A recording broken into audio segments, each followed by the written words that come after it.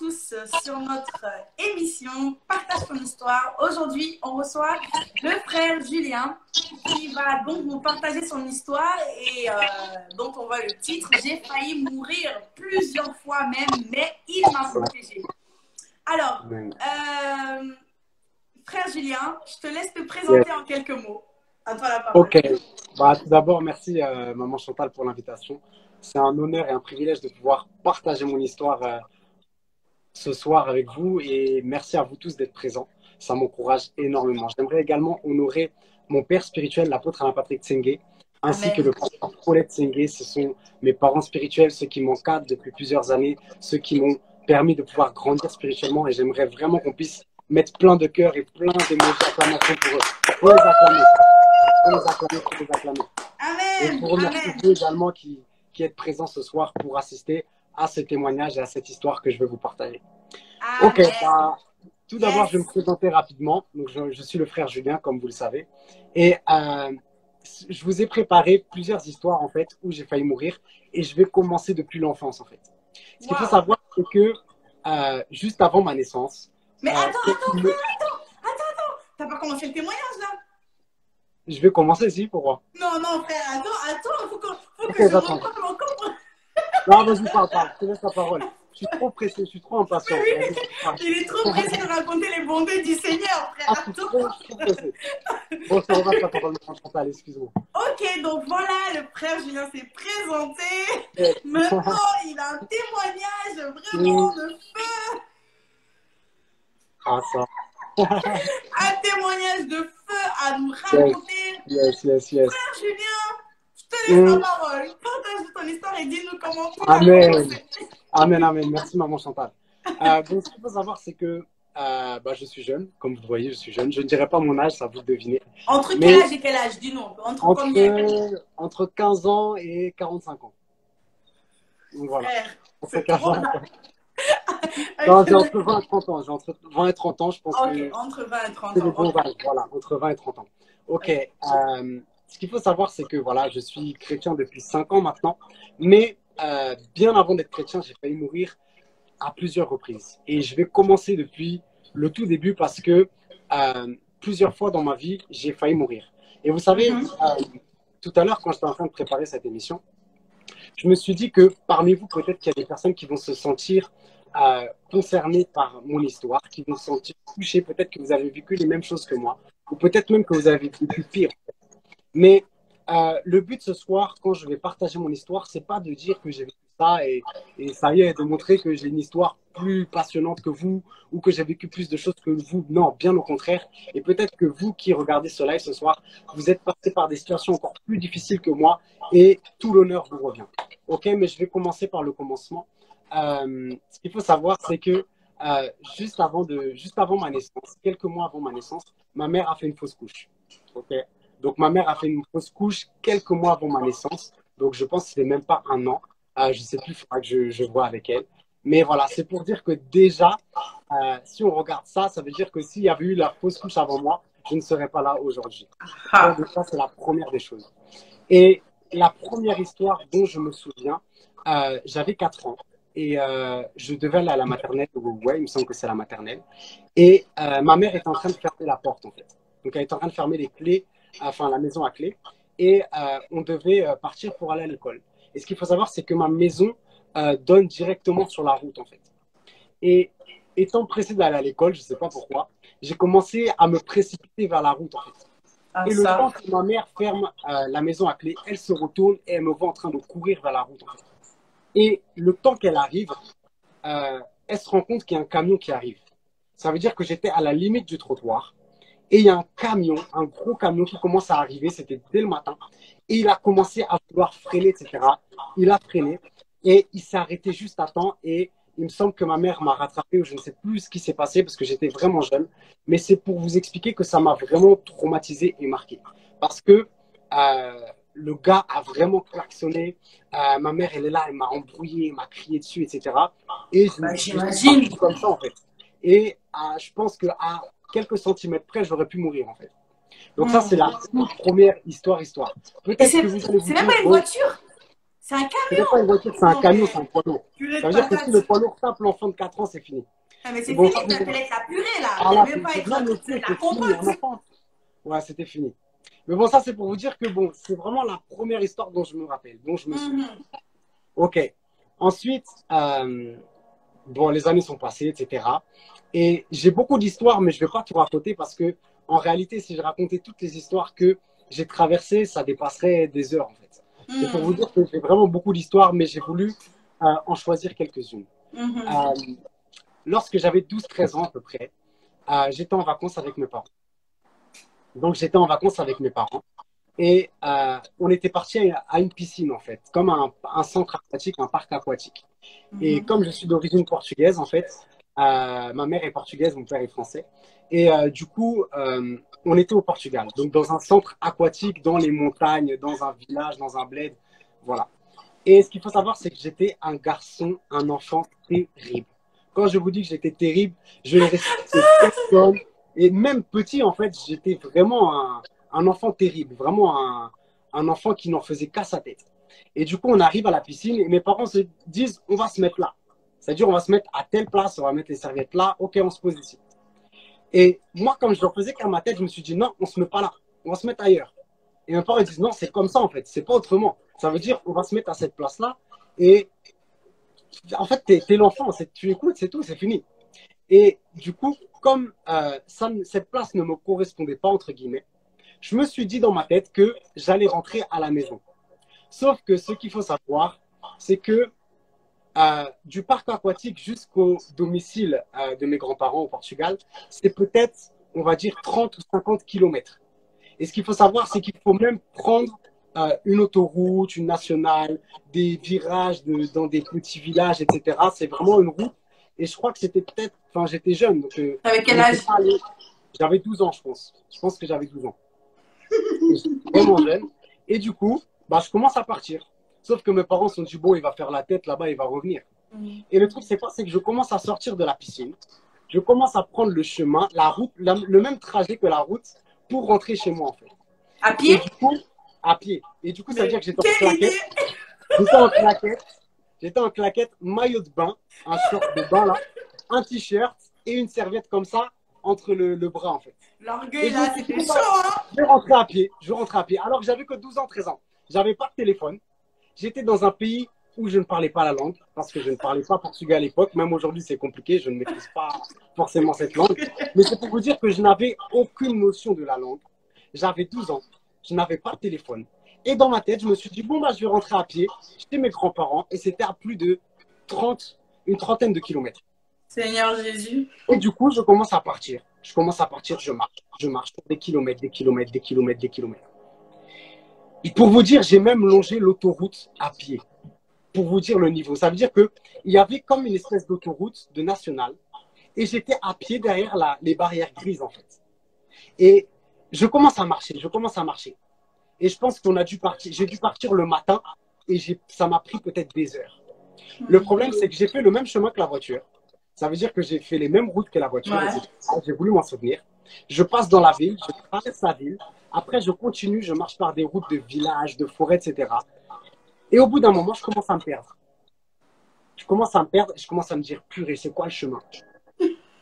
Et le truc, c'est que je ne pouvais parler à personne, je ne connaissais pas la langue, je ne savais parler que français. J'avais que 12 ans, j'avais pas de téléphone et je commence à me perdre. Mais Donc là, quelle je idée! commence à me perdre. Mais Quelle idée, franchement, quelle idée. Quelle idée, l'orgueil, franchement, là, quelle idée. c'était dur! Ah, vraiment, c'est terrible. Hein. Et du coup, je commence à me perdre et je commence à m'énerver parce que je commence à tourner en rond et à revenir sur mes pas, en fait. Ça veut dire que je commence à traverser de village en village. Les gens me regardent, ils disent, mais qu'est-ce qu'un jeune en claquette avec un maillot de bain, il fait comme ça? Quand les voitures me voient, elles ne comprennent pas, en fait. Et le truc, c'est quoi? C'est que c'était à un endroit où il y a beaucoup de villages, de forêts, etc. Les routes sont même pas bien fermées, en fait. Et le truc, c'est quoi? C'est que je commence à m'énerver, je commence à me dire, purée, mais c'est pas possible. Et je commence à faire 10 fois les mêmes tours, en fait. 10 fois les mêmes villages, je traverse, je vais à droite, à gauche, je reviens sur mes pas, je me dis, mais purée, c'est quoi? Et le truc, c'est quoi? C'est que la nuit commence à tomber. Ça veut dire que là, il devait être peut-être, je ne sais pas quelle heure il était, mais il commençait à faire nuit. Ça veut dire que dans 1 heure ou deux, il allait faire nuit. Et là, je me rends compte que purée, je suis perdu. Ça veut dire que je suis Wow. vraiment perdu dans. C'est un niveau où je sais pas quoi faire en fait. Mais t'avais même pas de téléphone, t'avais rien, Pas de quoi. téléphone, rien, rien. J'étais en claquette, j'avais mal aux pieds, le soleil me tapait fatigué. Je savais, franchement, je vous dis la vérité, je savais pas quoi faire. Je savais pas Je quoi faire. commençais à regretter, hein. Là, je commençais à regretter, je commençais à m'énerver. Je me dis, mais purée, mais c'est pas possible et tout. Et le pire, c'est que j'étais vraiment pas loin en fait. Ça veut dire que après, je me suis dit, ah, c'est ça en fait. Et j'ai tourné en rond pendant au moins des heures et des heures et des heures. Et le truc, c'est quoi? C'est que, et ça, c'est inédit parce que même ma famille ne sait pas que j'ai fait cette chose lorsque ça arrivait. J'ai commencé à m'énerver et en fait, j'avais une croix des catholiques, les croix en or. Vous savez, l'espèce de gourmette, les chaînes là. Et je commence à la serrer fort dans mes bras. Et je commence à parler à Dieu. Je lui dis, écoute, là, Dieu, je suis perdu, je suis déboussolé, je sais pas. Là, il va faire nuit dans quelques instants. Et j'étais en train de m'énerver. Il y avait de la haine en même temps. Il y avait de l'incompréhension. Je me disais, mais t'es bête, t'es stupide. D'un côté, j'étais énervé. D'un côté, j'étais triste. Franchement, j'étais vraiment seul. Dans un pays que Oh là là. je ne connaissais même pas la langue. Les gens me regardaient comme ça. J'imagine. Et j'essayais peut-être d'aller parler aux gens, mais les gens, ils étaient là, ils ne comprenaient rien en fait. Et le truc, c'est quoi? C'est que au bout d'un moment, je me suis dit, ok, c'est bon, j'abandonne. J'abandonne. Et j'ai commencé à me poser sur le bord d'une route. Sur le bord d'une route. Je me pose comme ça et j'attends. Je me pose comme ça, j'attends. Et j'ai attendu même pas, peut-être 10 secondes. Il y a une voiture qui arrive, qui s'arrête. Et là, je reconnais mon oncle et ma tante. Et je me dis, oh. Waouh. Et le truc, c'est quoi? C'est qu'ils ouvrent la Waouh. porte. Et là, ma tante est en train de m'embrouiller, mais de tous les noms. Elle me dit, mais c'est n'importe quoi, mais qu'est-ce que tu as fait? Et en fait, dans ma tête, j'étais tellement soulagé. En fait, j'avais un soulagement où vous n'imaginez même pas à quel point. Bah oui, C'est-à-dire que là, j'imagine. j'allais mourir. Je pensais vraiment que j'allais mourir, c'était chaud. Et j'étais tellement soulagé. Et j'entendais ma tante et mon oncle en train de m'embrouiller, etc. Mais qu'est-ce que tu as fait? C'est n'importe quoi, patati patata. Et du coup, bah, je suis dans la voiture. Et ils commencent à m'emmener dans le commissariat de la ville. Et le truc, c'est que toute ma famille, c'est-à-dire j'avais des cousins, des oncles, des tantes qui me cherchaient dans tous les alentours. Waouh. Il y avait la police qui me cherchait à droite, à gauche. Mon oncle et ma tante m'amènent au commissariat. Et là, je commence à monter dans une voiture de police. Et je vois ma mère qui est là en sanglots. Quand je vous dis, elle était en sanglots, je la Bah regarde oui. comme ça. Et en fait, elle n'a rien dit. Elle m'a juste pris dans les bras. Et Bah là, j'ai oui. commencé à pleurer. J'ai commencé à pleurer toutes les larmes de mon corps. Il y avait tous les Waouh. policiers aux alentours, il y avait ma famille, j'avais des oncles, des tantes, des cousins, etc. Et j'ai commencé à pleurer, mais je ne vous dis pas comment. Ça veut dire que moi, je ne pleurais jamais, mais là, ma mère, elle était là en pleurs. Elle pensait peut-être que, je ne sais pas, peut-être qu'elle allait plus me revoir. En fait. Bah Et le oui, truc, c'est tu quoi? t'imagines? Franchement, c'est un truc de ouf. Mais le truc, c'est que ce que personne ne sait, c'est que ce jour-là, en fait, j'ai crié littéralement à Dieu, en fait. Et je Waouh. suis convaincu aujourd'hui. En fait, sur le moment, je ne savais pas. Pour moi, c'était une coïncidence. Parce que je croyais en Dieu, mais sans plus, quoi. Et le truc, c'est quoi? C'est que ce jour-là, j'étais tellement soulagé. Je vous dis pas à quel point, en fait. Et Waouh. quand je suis arrivé chez moi, on arrive en famille, tout le monde commence à me prendre. Mais qu'est-ce que tu as fait? C'est n'importe quoi. Mes cousins, ils m'embrouillent. Tout le monde m'embrouille, etc. Et ma grand-mère, elle Même arrive moi, et dit, je oh, t'aurais bah, c'est pas embrouillé, grave. hein. Même moi, Tout le je monde t'aurais m'a embrouillé, embrouillé. frère. Franchement, tout le monde m'a embrouillé. Ce jour-là, j'ai pris cher, mais je ne vous dis pas à quel point. Et bref, tout ça pour dire que j'étais vraiment un enfant insolent. J'ai fait baver mes parents. Et je vous dis la vérité, j'étais pas euh, l'enfant le plus facile à vivre. Bien au Mais contraire. attends, j'ai une question. Mm. J'espère que ta mère, tu lui as demandé pardon quand même. Ah non, mais il me semble que, ouais, non, en fait, le seul truc que j'ai dit, c'était pardon, maman. Et je pleurais dans ses bras, je pleurais, je pleurais. Purée de patate. Et bref, mais je vais Aïe, continuer aïe, parce que aïe. la vérité, hein, cette histoire, c'est même pas la pire. Et vous allez savoir pourquoi. Ah, ok, Euh, continue, frère. Hé, c'est bref. intéressant Et du ici. coup, un jour, étant jeune permis, je suis parti chercher des amis en Normandie, etc., pour aller à l'église. Et on commence à rouler, en fait, pour aller au culte. On commence à rouler pour aller au culte. Et c'était un temps de brouillard. C'était vraiment un temps de brouillard. Et c'était dans les routes de campagne. On était 7 dans une voiture. Et du coup, il y a une voiture qui roule doucement, en fait. Ça veut dire que c'était limité à 70, ça roulait peut-être à 60. Mais étant un petit peu pressé, j'ai voulu doubler la voiture. Donc voilà, je fais mes contrôles, tout, je double la voiture, etc. Je pouvais doubler. Et là, il y avait tellement de brouillard que il y a une voiture qui commence à arriver en face, en fait, une Mercedes. Et elle roulait vite, mais je ne vous dis pas à quel point. La Mercedes, elle roulait tellement vite qu'elle arrivait d'un coup, en fait. En Et le coup, face? en face, ça veut dire qu'il y avait deux voies. J'étais Ouais, sur la voie derrière la voiture. Je ouais. double. Je suis au même niveau que la voiture. Je commence à doubler. Il y a une voiture en face qui arrive, une Mercedes à fond, parce qu'elle sortait d'un virage. Ça veut dire qu'elle elle Waouh. était dans sa voie, en fait. Mais moi, j'étais en train de doubler l'autre voiture. Bah oui, bah oui. Et du coup, je commence à accélérer à fond, à fond, à fond, à fond, à fond. Sauf que la voiture à côté de moi, elle commence à accélérer aussi. Elle accélère aussi. Elle accélère aussi. Ça veut dire qu'on roule à la même vitesse. Et une voiture Waouh. qui arrive en face à fond. Quand je vous dis à fond, elle était peut-être au-dessus de la vitesse autorisée. Et du coup, il commence à avoir un silence dans la voiture. On n'entend que le moteur. J'étais à fond sur la pédale. Et quand je vous dis que ça s'est passé en moins de quelques secondes, ça veut dire que lui accélérait, la voiture en face accélérait. C'est comme dans un film, je ne savais pas quoi faire. Bah Ça veut dire que oui. là, en fait, je commence à voir la voiture arriver comme ça. Je commence à la voir arriver. Et on était tous tétanisés, on ne comprenait rien de ce qui se passait. Et du coup, j'ai eu un réflexe, ça veut dire que j'ai mis un petit coup de volant et je suis passé, la voiture elle était là, l'autre elle était là, je suis passé entre les deux en fait. Ouh. Et je suis pas comme dans les, Oh, purée, comme dans les patate. films, je vous dis la vérité, comme dans les films. Et le rétroviseur de la voiture qui arrivait en face a tapé mon rétroviseur. Et les rétroviseurs ont fait un choc tellement fort que ça a sonné mon oreille. Et en fait, ça m'a sonné comme dans les films. En fait, ça veut dire que je ne voyais plus rien, j'avais les mains sur le volant. Non. Ça m'a sonné, le bruit était assourdissant. Mon oreille sifflait. Et en gros, j'étais là sur la voie. Et je regarde dans le rétroviseur, j'avais plus de rétroviseur. On était tous là, on était choqués. Et le truc, c'est quoi? C'est qu'on commence à ralentir, à s'arrêter. Le gars derrière commence à ralentir, à s'arrêter. Je vois qu'il part. Du coup, moi, je suis parti. Et tous les gens commencent à me dire arrête-toi, arrête-toi. Et du coup, je m'arrête. Et je vois que le gars ne vient pas. Donc, moi, je n'y vais pas non plus. Et du coup, on est parti. Mais le truc, c'est quoi? C'est que la vérité, à une seconde près, choc frontal, on mourrait tous dans la voiture. Bah oui, c'est On sûr, était c'était direct, hein. Et on mourrait direct, en fait. C'était fini.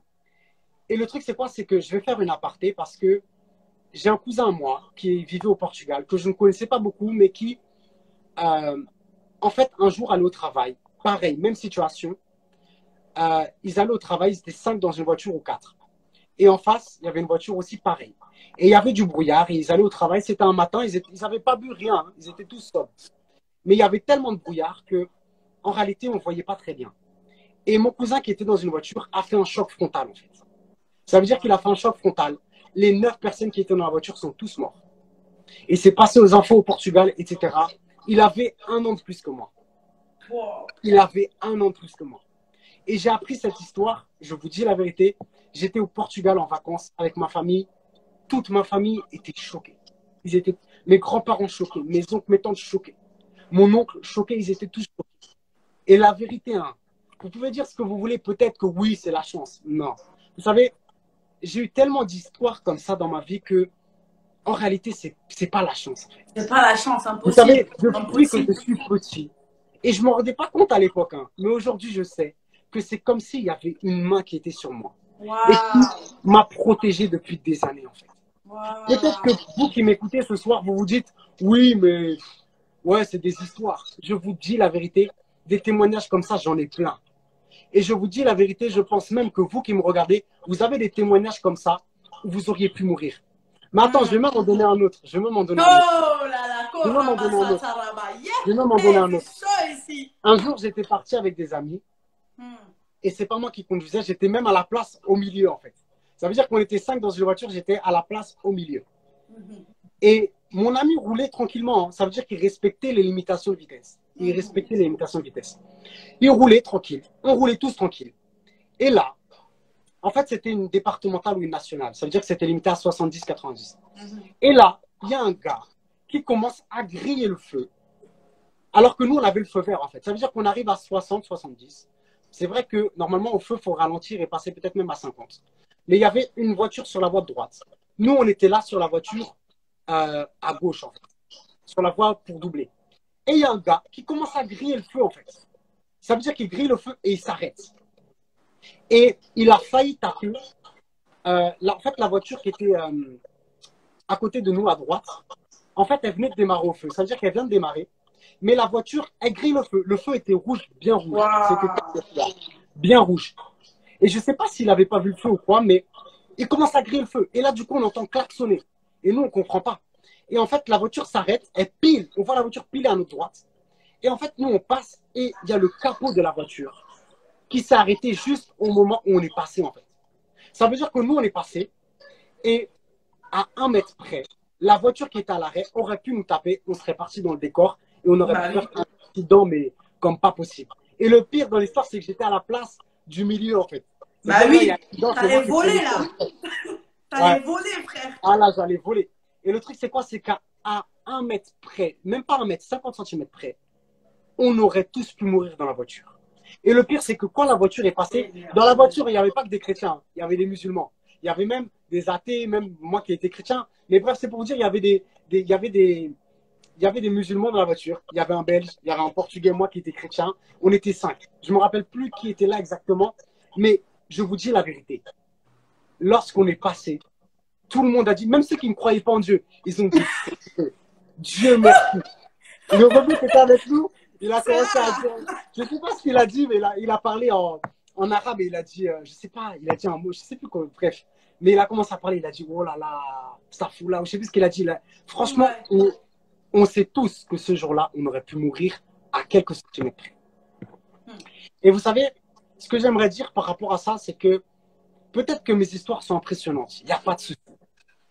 Mais j'aimerais vous dire que vous qui me regardez, on est 139, peut-être que vous avez vécu des histoires pareilles en fait. Mais j'aimerais dire à quelqu'un que je ne crois pas au hasard. Je vous dis la vérité, je ne crois pas au hasard. Et il y a des personnes qui vont dire, ah oui, toi c'est bien, tu as eu cette chance-là, entre guillemets, d'être encore en vie. Mais il y en a certains qui sont morts en fait. Vous savez, on ne choisit pas le fait qu'on puisse mourir ou pas. Quoi que vous allez me dire, il y en a certains qui se suicident, d'accord. Mais j'aimerais dire à quelqu'un que, en réalité, même si tu ne crois pas en Dieu, même si tu penses que c'est dû au hasard, ce n'est pas dû au hasard. Et à l'époque, je ne comprenais pas. Mais aujourd'hui, je suis convaincu que c'est parce que quelque chose me protégeait en fait. Et même après avoir fait cet accident, le Seigneur m'a dit, tu vois, je te protège. Et même parfois, il peut arriver des situations où il nous arrive rien. Mais je vous dis la vérité, vous ne savez pas, peut-être qu'il y a quelqu'un dans la journée qui aurait pu ne pas voir son angle mort et vous rentrez dedans et vous aurez pu mourir en fait. C'est ça. Ou même peut-être qu'il y a des personnes le matin qui se réveillent, elles ne respirent plus. On ne sait pas pourquoi. Infarctus, on ne sait pas pourquoi. Et vous allez peut-être me dire, oui, mais c'est injuste, la vie est injuste. Et en réalité, s'il y a tant de malheurs, s'il y a tant de maladies qui causent la mort à certaines personnes, ou même si des gens font des accidents, c'est parce que Dieu n'existe pas ou Dieu ne nous protège pas. Non. Vous savez, moi, je suis convaincu que Dieu nous aime. Amen. Et je suis même convaincu que, en réalité, s'il se passe tout ce qui se passe sur Terre, c'est parce que depuis des milliers d'années, les hommes ont rejeté Dieu. Vous aurez beau me dire ce que vous voulez. En réalité, hein, au XXe siècle et au XXIe siècle, la plupart des gens qui meurent, c'est à cause des guerres, c'est pas à cause des maladies. Et même si elles meurent à cause des maladies, vous allez vous rendre compte que certaines maladies, en réalité, sont des inventions des hommes. C'est ça, c'est ça. Je ne suis pas là pour dire que, en réalité, il y a des gens qui contrôlent en haut. Non, c'est pas ça mon but. Mais j'aimerais vous faire prendre conscience que la vie est précieuse. Amen. Et je vais juste dire une chose, et après, je vais te laisser la parole. Vas-y. J'aimerais dire que, vous savez, auparavant, j'étais quelqu'un qui avait peur de mourir. J'avais tellement peur de mourir que j'étais tout petit, hein, je crois que j'avais même pas 7 ans. Et un jour, je parlais avec ma grand-mère et je lui ai dit, mais mamie, en fait, quand les hommes meurent, où ils vont? Et elle commence à me parler, en fait, parce qu'elle était catholique, etc. Elle est encore catholique à l'heure actuelle. Et elle commence à m'expliquer les choses. Et moi, je ne comprenais pas trop. Et en fait, je lui disais, mais moi, j'ai peur de mourir, etc. Et j'étais quelqu'un qui vivait, en fait, et je voulais vivre à fond. Parce que je me disais, peut-être qu'un jour, ce sera moi. Et je vous dis la vérité, pendant des années, j'avais peur. Ça veut dire que tous les jours, je voyais des gens mourir autour de moi. J'étais là, je me disais, pourvu que ce soit pas moi. Sauf que je continuais à faire ma vie, en fait. Ça veut dire que je ne calculais pas Dieu. Mais le truc, c'est quoi? C'est que, vous savez, aujourd'hui, je vous dis la vérité. Si la mort vient, je n'ai pas peur. Et en vérité, je sais que Dieu m'aime à un point où il n'a pas prévu pour moi de mourir demain. Parce que j'ai des objectifs et des plans à accomplir sur Terre. Amen, amen. Pourquoi est-ce que je dis ça? Je vous dis ça parce que j'aimerais que vous puissiez comprendre que Dieu vous aime énormément. Amen. Et parce qu'il vous aime, il ne veut pas que vous soyez malade. Il ne Amen. veut pas que vous puissiez mourir d'un accident. Il ne veut pas qu'il vous arrive de malheur, en fait. Mais le problème, c'est qu'aujourd'hui, Yes. s'il y a tant d'injustice, c'est parce que les hommes ont rejeté la justice de Dieu. Et en Ah, réalité, ils preach. se sont séparés de Dieu. Et j'aimerais dire à quelqu'un ce soir que peut-être que tu penses que tu as vécu des choses comme ça. Mais j'aimerais te dire que Dieu t'a protégé et Dieu t'aime. Amen. Et que Dieu a un plan pour ta vie. Et Hmm. j'aimerais dire à quelqu'un que tant que tu n'auras pas accompli ce pourquoi tu es sur terre, tu ne mourras pas. Et j'aimerais également Amen. dire à quelqu'un que, en réalité, vous savez, même si je devrais partir tout de suite, je vous dis la vérité, je serai content. Et il y a certaines personnes qui vont me dire, mais pourquoi tu serais content en fait? Parce que tu as une famille qui t'aime. C'est pas bien de dire ça. Je vais vous dire une chose.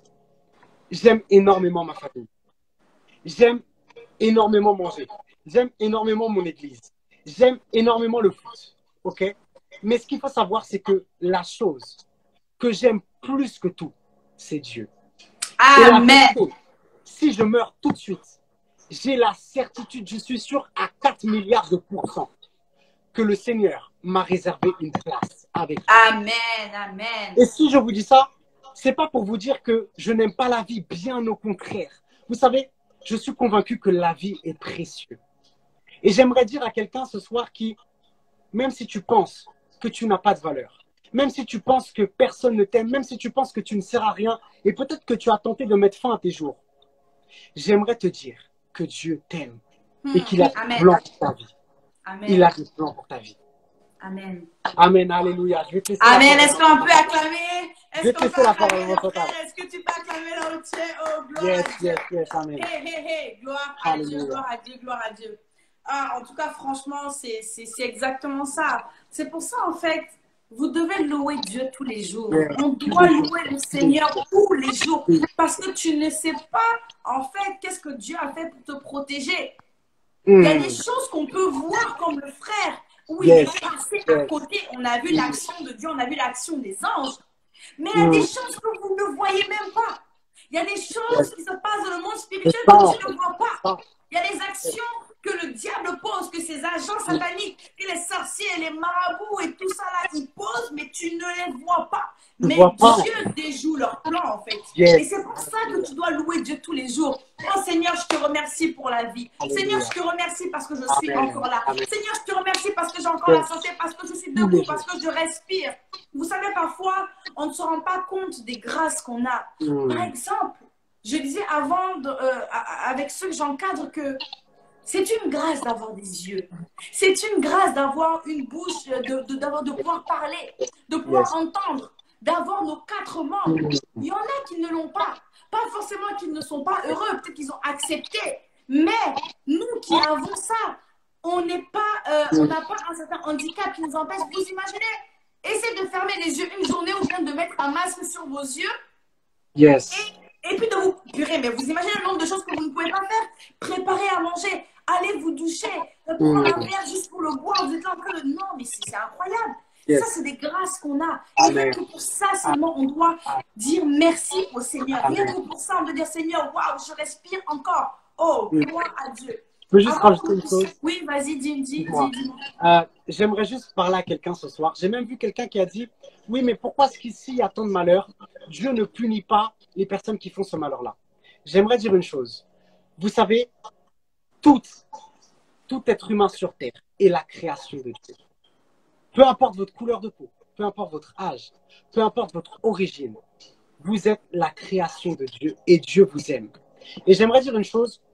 Dieu n'aime pas forcément les actions que peut poser l'homme, mais Dieu aime l'homme. Amen. Et j'aimerais dire une chose importante, j'aimerais encourager quelqu'un à constamment prier.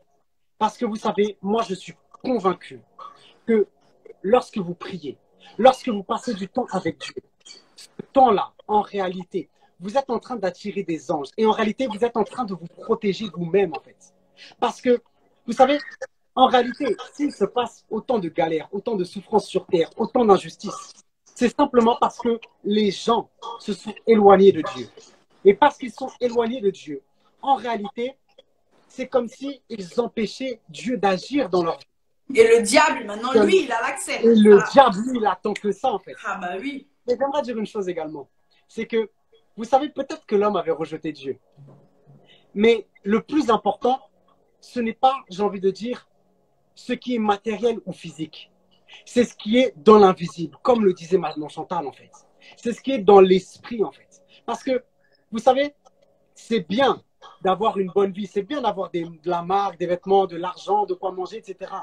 Mais le plus important, c'est ce qui se passera après. C'est ce qui se passera après. Et le truc, c'est quoi? C'est que ce qui est important de comprendre, c'est que, honnêtement, je suis convaincu que Dieu nous aime à un point où il ne voulait pas nous voir être loin de lui. Et je suis convaincu que si Jésus est venu sur terre, c'est justement pour permettre à quelqu'un de se rapprocher de Dieu. De se rapprocher. Maman Chantal, je te laisse la parole. Amen, amen. Effectivement. Et là, justement, nous allons donner l'opportunité à tous ceux qui savent aujourd'hui que s'ils meurent, ils ne sont pas sûrs d'aller au ciel. Ça veut dire que tu es là aujourd'hui. Si tu devais mourir là, aujourd'hui, est-ce que tu es sûr que tu es sauvé? Est-ce que tu as l'assurance de ton salut où tu te dis, ah, je ne sais pas, on verra bien. Mais laisse-moi te dire qu'il y a une manière de le savoir. Il y a une manière de le savoir parce que Jésus-Christ est mort pour tes péchés, afin qu'en croyant en lui, en mettant ta confiance en lui, tu puisses être sauvé et avoir la vie éternelle. Est-ce que si honnêtement aujourd'hui tu meurs, tu es sûr que tu vas aller au ciel? Si tu n'es pas sûr aujourd'hui, j'aimerais te donner l'opportunité avant qu'on passe à la phase des questions. Vous voyez en bas, il y a deux petites boîtes avec des points d'interrogation. C'est là-bas qu'il faudra poser vos questions. Si vous avez des questions, n'hésitez pas à les écrire maintenant. Mais en tout cas, j'aimerais donner l'opportunité à ceux justement qui ne connaissent pas le Seigneur, qui veulent faire partie de la famille de Dieu et qui veulent avoir cette assurance du salut, de faire cette prière avec moi. La Bible dit que si tu crois, si tu déclares que Jésus est Seigneur et que tu crois dans ton cœur que Dieu l'a ressuscité d'entre les morts, alors tu seras sauvé. Si tu te répands de tes péchés, tu demandes pardon à Dieu, tu décides maintenant de renoncer à toi et de suivre le Seigneur, alors Dieu va effacer tes péchés et tu vas tout recommencer à zéro. Comme si tu n'avais rien fait. Dieu va tout oublier. C'est terminé. Il va te donner une nouvelle vie. Et aujourd'hui, je veux justement te donner l'opportunité, si tu ne connais pas Dieu, si tu ne connais pas Jésus, si tu n'as pas cette vie éternelle, de faire la paix avec Dieu. De faire la paix avec Dieu. Et là où tu es, si tu peux lever tes mains, fermer les yeux et faire cette prière-là. Julien, je vais te demander juste de répéter après moi, juste pour avoir le tempo. Et pour toutes ces personnes qui veulent naître de nouveau, faites cette prière et dites, Seigneur Jésus. Seigneur Jésus. Aujourd'hui, j'ai entendu ta parole. Aujourd'hui, j'ai entendu ta parole. Et je veux me repentir. Et je veux me repentir. Et changer de vie. Et changer de vie. Je reconnais que pendant tout ce temps, je reconnais que pendant tout ce temps, j'ai péché contre toi. J'ai péché contre toi. Mais tu m'as toujours protégé. Tu m'as toujours protégé. Aujourd'hui, je t'ouvre mon cœur. Aujourd'hui, je t'ouvre mon cœur. Je décide de t'accepter et de recevoir. Je décide de t'accepter et de recevoir. Comme mon Seigneur et mon Sauveur. Comme mon Seigneur et mon Sauveur. Entre dans mon cœur. Entre dans mon cœur. Change ma vie. Change ma vie. Je déclare au nom de Jésus. Je déclare au nom de Jésus. Qu'à partir d'aujourd'hui. Qu'à partir d'aujourd'hui. Je suis une nouvelle créature. Une nouvelle créature. Un enfant de Dieu. Un enfant de Dieu. Au nom de Jésus, j'ai prié. Jésus, j'ai prié. Amen. Amen, amen. Est-ce qu'on peut acclamer? Est-ce qu'on peut acclamer pour cette personne? Si tu es là, tu as accepté le Seigneur, bravo, félicitations. Tu as fait le bon choix et tu ne le regretteras jamais. Tu vas vraiment commencer une marche avec Dieu. Si tu es là et tu as fait cette prière de repentance, écris-moi en inbox et je pourrai te répondre et t'aider. Gloire à Dieu. Maintenant, j'aimerais qu'on puisse répondre à une question, à quelqu'un qui a posé une question. Il y a quelqu'un qui aimerait quand même savoir. Deux personnes qui aimeraient savoir comment tu as accepté le Seigneur ou comment tu as rencontré Dieu. Rapidement. Accepter le Seigneur, rapidement. Ce qu'il faut savoir, c'est que j'ai accepté le Seigneur à l'âge de 17 ans. En fait, j'étais en train de dormir. Et il y en a qui trouvent ça bizarre, en fait. Mais j'étais en train de dormir et j'ai senti comme quelque chose de bizarre en moi, enfin. En fait, c'est-à-dire que je me suis réveillé et j'avais l'impression d'être différent, que quelque chose avait changé. Et en réalité, c'était pendant qu'un ami à moi priait pour moi. Et depuis ce matin-là, toute ma vie a changé.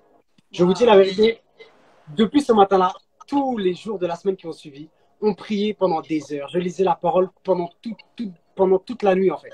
Et je suis arrivé à l'église à CER le dimanche qui a suivi. Et depuis, j'y suis allé tous les dimanches, et tous les dimanches, et tous les dimanches, depuis 5 ans, 6 ans maintenant. Donc voilà. Hmm. Et qu'est-ce que j'ai fait? Bah, comme vous, toutes les personnes qui ont fait cette prière-là, je l'ai fait. C'est-à-dire que je me suis avancé devant et j'ai fait cette prière. Après, ce qu'il faut savoir, c'est que moi, je l'ai fait plusieurs fois parce que je n'étais pas convaincu. Mais voilà, je peux dire qu'une fois, ça suffit et ça suffit totalement. Donc, je ne sais Amen. pas si ça répond à la question. Amen. Yes, yes. Merci. Yes. Et une petite dédicace, vite fait pour toi. Il y a une petite dédicace là. Pas de question. Julien, c'est le meilleur restaurant. Amen, amen. Merci, Jenny. Amen. Gloire à Dieu. Et entre-temps, avant de terminer, comment tu racontais tes histoires, ça m'a rappelé deux anecdotes. Deux anecdotes. Des Yes. choses quand j'étais jeune. Je On me aime suis ça, les rappelé belles aussi choses. d'un accident que j'ai fait. On était avec moi, ma soeur, ma cousine, avec mon oncle et ma tante. On était en train d'aller à la piscine. Ça veut dire du coup qu'on était sur une route, on partait tout droit, on devait continuer, donc on était arrêté à un feu.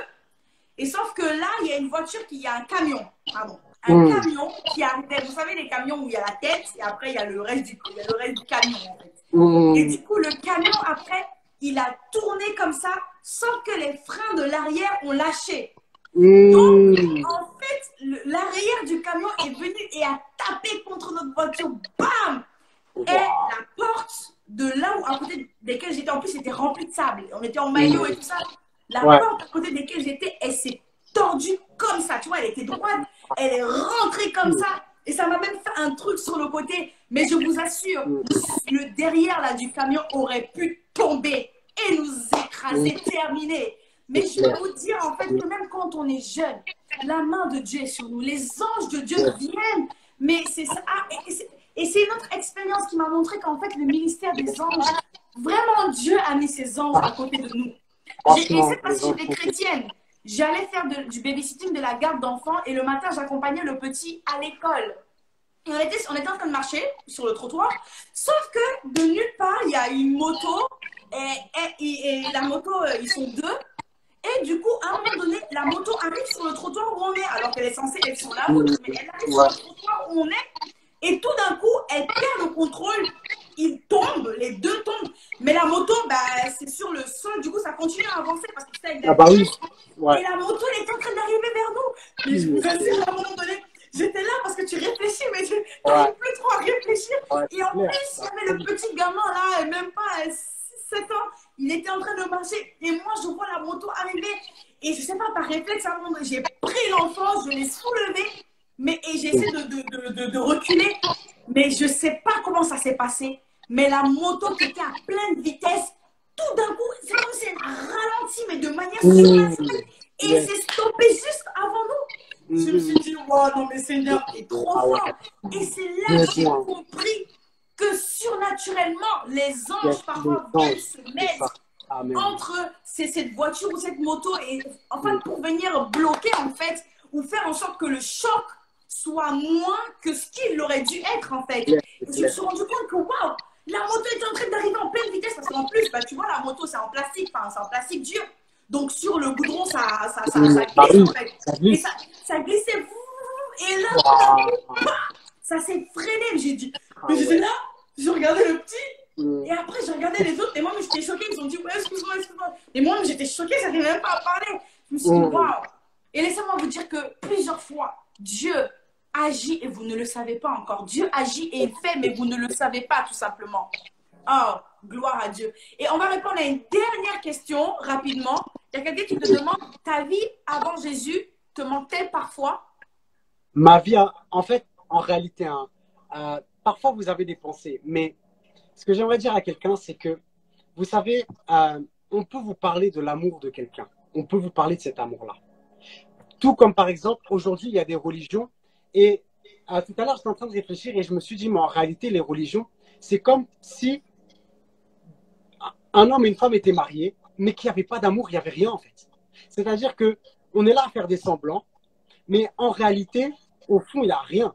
Et le truc, c'est quoi? C'est que lorsque vous réalisez l'amour de Dieu, lorsque vous réalisez à quel point il vous aime, à quel point il vous protège, à quel point il vous bénit, à quel point, j'ai envie de dire, il est important dans votre vie. Lorsque vous réalisez ça, en réalité, rien ne vaut ça. Et j'aimerais dire que, en réalité, on peut vous parler d'une personne, mais le meilleur moyen d'apprendre à la connaître, c'est de l'expérimenter soi-même. Amen. On peut vous parler de Dieu. On peut vous dire Dieu est bon, Dieu ceci, Dieu cela, mais tant que vous ne l'avez pas expérimenté vous-même, vous ne pourrez pas le dire en fait. Vous ne pourrez pas savoir comment faire. C'est la même chose. Et en réalité, est-ce que ça me manque? Non, pas du tout. Parce qu'en réalité, aujourd'hui, j'ai à peu près la même vie qu'avant. Ça veut dire que je vis dans la même maison qu'avant. J'ai pas beaucoup plus d'argent qu'avant. J'ai pas... Ma vie est un petit peu pareille, à peu de choses près. Quand on regarde le côté spirituel. Mais c'est pour dire que, en réalité, aujourd'hui, je suis amplement satisfait de tout ce qui m'arrive. Vous savez, même quand des galères m'arrivent, je suis content et je dis merci Seigneur. Et peu importe ce qui m'arrive dans ma vie, je suis reconnaissant envers Dieu. Alors qu'avant, en réalité, je l'accusais même pour ce qui se passait dans ma vie. Je peux juste donner une petite anecdote. Vas-y, rapidement, on termine. Un jour, j'ai un ami à moi, en fait, qui voulait rentrer chez lui. Et ça veut dire qu'il devait prendre un thalys. Et il était déter, il voulait prendre le thalys. Son père c'est quoi le thalys, frère? Le thalys, c'est le train qui va de Belgique jusqu'en France. Ah, d'accord. Et il voulait vraiment le prendre, en fait. Sauf que le thalys, finalement, il n'a pas pu le prendre parce que son père ne voulait pas, etc., l'emmener à la gare. Et il n'avait pas assez d'argent pour le prendre, etc. Bref, c'était compliqué. Mais il n'a pas pu prendre son thalys. Sauf que lui, il voulait vraiment. Et il s'est dit, mince alors, j'ai pas pris mon thalys. Il était vénère. Le pire, c'est que le thalys qu'il devait prendre a fait un accident. En gare Saint-Lazare. Je vous dis la vérité. Parfois, il y a des choses qui nous arrivent dans la vie. On est là, on dit, oh mais Seigneur, pourquoi tu n'exauces pas mes prières? La vérité, vaut mieux qu'il n'exauce pas tes prières. Parce que s'il exauce ta prière, peut-être que tu peux mourir. C'est clair. Peut-être que lui, c'est mieux que toi, ce qu'il faut qu'il t'arrive dans ta vie. Et toutes les épreuves que tu traverses, en réalité, sont là pour montrer la gloire de Dieu. Peut-être même que tu es malade. Laisse-moi te dire que la maladie, elle va être guérie, mais c'est en vrai, c'est juste là pour montrer que Dieu est grand et qu'il peut guérir ta maladie. C'est tout. Amen. C'est bon, j'ai fini. Hein. Et est-ce que quelqu'un te demandait quelle confession? Tu étais catholique, je crois, non? J'étais catholique, mais en réalité, c'est des semblants. Hein. Comme j'ai dit, la religion. Ouais, on connaît. Et non, mais pendant que tu racontais ce que tu disais, c'est, vous savez ce qui s'est passé la dernière fois? Tu sais ce qui s'est passé au Bataclan, les tueries qu'il y avait? Apparemment, il y avait un chrétien, je crois qu'il était à notre église, en tout cas, c'était un chrétien, et on lui avait donné des billets. Bon, déjà, je ne sais même pas ce qu'il allait faire là-bas, je ne sais pas déjà de base. Déjà. Parce qu'il y avait des musiques bizarres. Ah ouais. Mais il devait aller, et au-dedans de lui, je ne sais pas, il sentait qu'il ne devait pas aller. Gloire à Dieu, il a écouté son témoignage intérieur, parce qu'après, regarde comment on les a fusillés. Voilà. Dieu est bon, hein. L'importance d'obéir à la voix de Dieu, mes amis. C'est pour ça, il faut mettre nos émotions de côté. Mettons nos émotions de côté et ne vivons pas par nos émotions. Parce que parfois, Dieu, on ne va pas comprendre sa logique. Mais si on fonctionne par les émotions, on va vouloir faire alors que Dieu, il est en train de dire non, stop. Au-dedans de toi, le témoignage intérieur est l'une des voies par lesquelles Dieu va te parler. Si tu ne fais pas confiance, tu sens que tu as peur de faire ça, tu sens que tu es troublé, tu n'as plus la paix, tu ne fais pas le choix. Arrête-toi d'abord, pose-toi, ne le fais pas. Parce qu'après, tu peux avoir des conséquences très compliquées en fait. Très compliquées, il faut faire très attention. Ok, en tout cas, merci beaucoup. Vraiment, merci à tous. Merci pour ce témoignage, Julien. Et on se dit vraiment à une prochaine. Yes, à une prochaine. Ok, du coup, je te laisse partir. Ciao. Yes. Merci, maman Chantal. Au revoir. Bye.